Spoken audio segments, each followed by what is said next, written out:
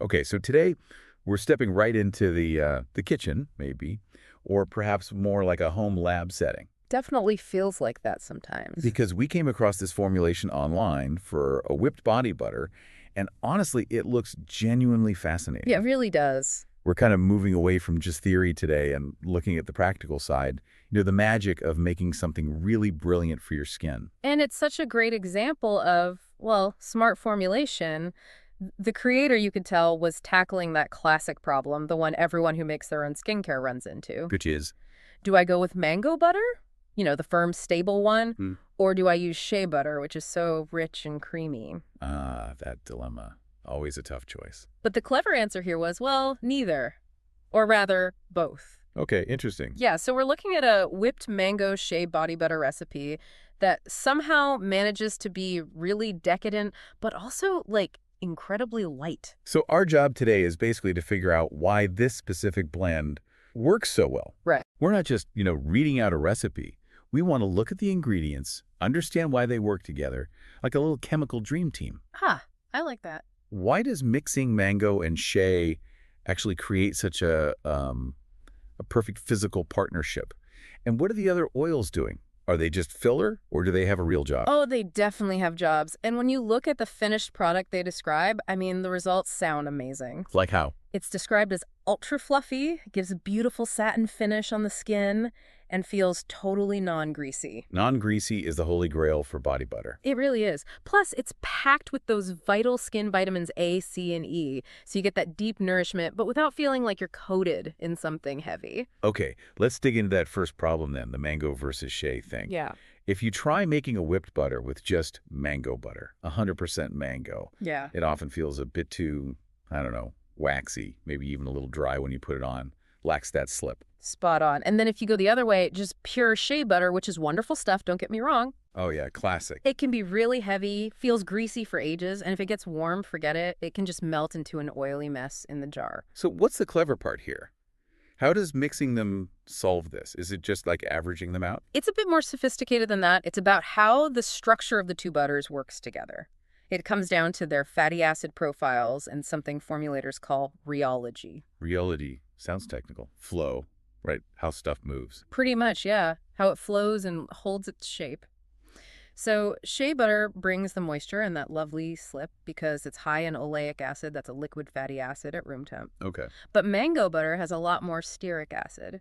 And stearic acid is solid, it's waxy at room temperature. So the solid stuff in the mango helps hold the liquidy stuff in the shea. You got it.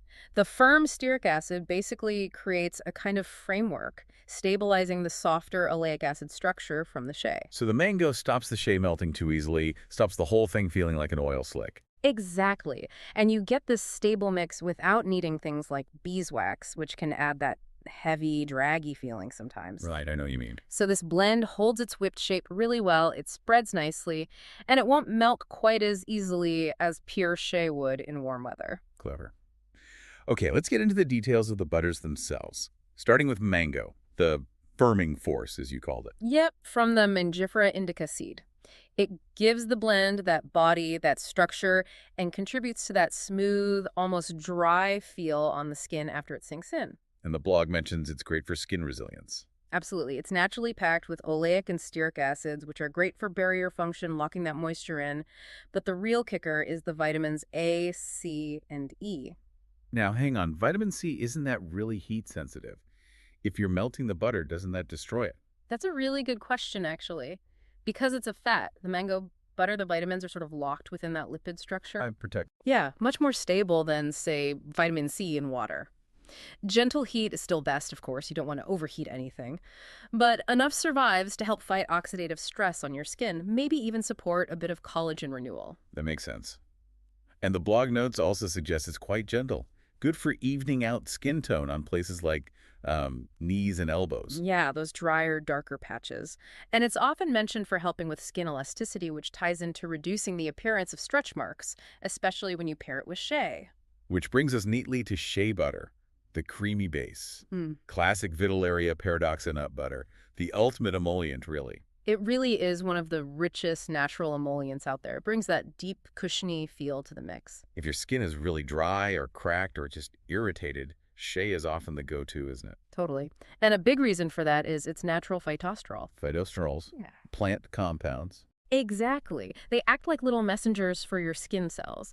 They basically signal things like calm down inflammation, start healing, regenerate. That's why shea feels so incredibly soothing and helps encourage new cell growth. So mango for structure and vitamins. Shea for deep moisture and healing signals. It sounds like a dream team. It really is a fantastic pairing. But let's be real for a second. Shea, and maybe the coconut butter we'll get to, they can sometimes be a bit much for people prone to, like clogged pores, right? Congestion. That's a fair point. Some people do find them heavy or comedogenic. So how does this formulation deal with that? Just hope for the best. Not at all. That's where the careful choice of the other oils comes in. They aren't just there for extra moisture. They're chosen specifically to balance things out, to be non-comedogenic, and even help regulate sebum. Okay, intriguing. Let's talk about that supporting cast then. First up, jojoba oil. Ah, jojoba. Now this one's technically fascinating because it's not actually an oil. It's not. What is it then? It's a liquid wax. Comes from the Simmondsia chinensis seed. And being a wax makes it incredibly stable. It oxidizes really, really slowly. So it helps the whole butter last longer, stops Yeah. it going rancid. Precisely. It's a natural antioxidant for the blend itself. But the really cool thing about jojoba Yeah. is its structure. Yeah. It's chemically very, very similar to our own skin's natural oil, our sebum. So it's like putting our own oil back on, but like a cleaner version? That's a great way to put it. The skin basically recognizes it, so it doesn't tend to trigger more oil production. It can even help soften blackheads. Wow. And it acts as what's called a temporary occlusive. Think of it like a breathable film over your skin. It slows down water loss for maybe 12 hours or so, but without blocking pores. It regulates. It doesn't suffocate. That sounds ideal for balancing out the richer butters. Okay. Next oil, avocado oil. The healer. Yes. This one is incredibly nourishing, and a nice thing about it is that it sinks in relatively quickly compared to some heavy oils. What makes it so healing? It's got a unique blend of fatty acids, but the star is probably palmitoleic acid. That's also known as omega-7. Omega-7. I've heard of omega-3 and 6. Omega-7 is much rarer in nature, and the thinking is that it's a key component our skin uses for rapid repair. So like if you have a scrape or a minor burn or just really persistent dry patches, omega-7 helps patch things up. That seems to be the idea, yes. It's why avocado oil is so fantastic for soothing dry, itchy, irritated skin. It's often recommended for people with eczema because it's so gentle and restorative. And the blog mentioned hair benefits too. Yeah, it's good for the scalp too. Can help calm inflammation, maybe reduce dandruff, restore a bit of shine to the hair itself. It's very versatile. Okay, versatile healer. Got it. Yeah. Now, coconut butter. The formulation is specific here, isn't it? It says coconut butter, the solid kind, not the liquid fractionated coconut oil. Yes, that distinction is really important for the texture. Solid coconut butter, which confusingly is often just labeled coconut oil on the jar, melts at quite a low temperature, usually somewhere between 20 and 28 degrees Celsius, so like 68 to 82 Fahrenheit. So just above cool room temperature. Right, and that means when you rub the finished whipped butter onto your warm skin, It melts instantly. exactly. It gives you that immediate smooth glide, that lovely silky finish without feeling sticky or draggy. Makes sense. I'm And tr- what else does it bring? Well, it's still a great emollient, good for the skin barrier, and it has some natural antibacterial and antifungal properties too. Oh, handy. Especially, like the blog says, if you use the butter on your feet. Definitely a nice bonus. Okay, last couple of additions. Vitamin E and Palmarosa essential oil. Let's clear up vitamin E first. It's not a preservative, right? Not in the way people sometimes think. No, absolutely not. That's a common misconception. We need to be really clear here. So what is it doing in the butter? It's an antioxidant. Its job is purely to protect the fats, the mango, the shea, the jojoba, the avocado, the coconut, from oxidizing, from going rancid. So it stops the oils breaking down and smelling bad, extends the shelf life of the oils. Exactly. It sacrifices itself to protect the fats. It keeps the blend's integrity for longer. But if, say, I accidentally got some water in my jar, vitamin E wouldn't stop mold or bacteria growing. Nope, not at all. It offers zero protection against microbial contamination. It's purely a fat protector. Good distinction. Okay, and Palmarosa. Sounds nice. It has a lovely scent, yeah. Yeah. Soft, floral, maybe hints of rose and lemon. But it's not just about the smell. What's the skincare benefit? It's high in a compound called geraniol, and geraniol is known for helping to balance sebum production, balance moisture levels in the skin. It also supports new cell growth and has gentle antibacterial properties. So it's a sort of quiet achiever. Helps Mhm. with overall skin health and repair without being harsh. That's a good way to describe it. A smart, supportive choice for the blend. So the ingredients are clearly well chosen. But the blog also talks about the method being key to that final fluffy texture. Oh, absolutely. You can have the best ingredients, but if you don't handle them right, you won't get that light, whipped feel. So how does it work? It starts with melting the butters. Yeah, gently. Over a double boiler is ideal. You want low, indirect heat to preserve all those lovely nutrients we just talked about. Make sense? Then add the liquid oils. Right. Once the butters are melted, you stir in the jojoba and avocado, and then comes the really crucial step, Who cares? the rapid cool down. The instructions say to put the bowl straight into an ice bath and stir it constantly as it cools. An ice bath. I- Why so fast? Why not just leave it on the counter? Because you need to control how the fatty acids crystallize. If you let that mixture cool slowly, the stearic and oleic acids form big, uneven crystals. And that makes it grainy, gritty. Exactly, you get that unpleasant texture. But by cooling it fast in the ice bath while stirring constantly, you force them to form loads of tiny, uniform crystals. Giving you that smooth, almost custard-like consistency they mentioned. Spot on. That's the secret to avoiding graininess. Okay, so once it's thick and custard-like, you take it out of the ice bath. Yep. Then you stir in the vitamin E and the palmarosa essential oil. And then comes the magic part, The whipping. the whipping. You use a hand mixer or a stand mixer and just whip it vigorously. And that's what makes it fluffy.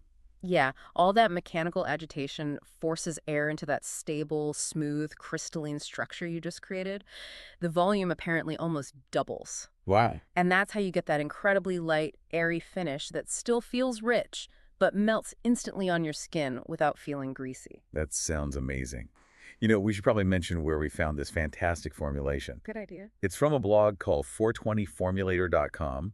It's run by a guy named Mike Harmon. And honestly, it looks like an amazing resource for anyone interested in formulating skincare with natural ingredients. It really does. Lots of in-depth stuff there.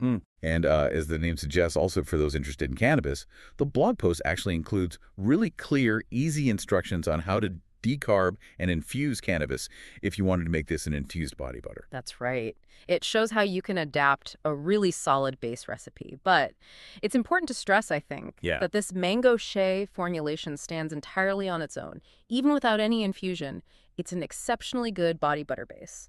Stable, gentle, packed with skin-loving vitamins and fatty acids. Absolutely. The base itself is brilliant. So summing it all up then, you get this simple but really clever, reliable blend. Yeah. It takes the best bits of mango and shea, balances them perfectly, and uses those supporting oils like jojoba and avocado to make sure it sinks in beautifully. Deep hydration, but no heavy, waxy feeling. And apparently a little goes a very long way. I bet. So Yeah. any tips on how best to use it? Well, the classic advice is usually best. Apply it to slightly damp skin. Right after a bath or shower is perfect. Helps lock in the moisture. Exactly. Really seals it in. Focus on those tougher areas, elbows, knees, heels, cuticles. Or you can use it as a really intensive overnight treatment for your hands or feet. Slather it on, maybe pop on some cotton gloves or socks. Oh, nice pampering treat. Definitely. Well, if you're listening and you're intrigued by mixing up your own natural butters, or you just want to explore more free, really high-quality skincare formulations like this one, Yeah. definitely go check out 420formulator.com. Seems like a goldmine of info. It really does look like a great resource. Okay, so a final thought to leave everyone with. We've seen how this mango and shea partnership works so well, creating stability, delivering nutrients, supporting skin repair. Makes you wonder, doesn't it? Wonder what? What other, maybe overlooked natural ingredient partnerships could be out there? What combination might be the next powerhouse for tackling specific skin concerns? Yeah. You know, things like old scars or maybe long-term sun damage. That's a really interesting question. What is the next big natural synergy waiting to be properly formulated? Something to ponder.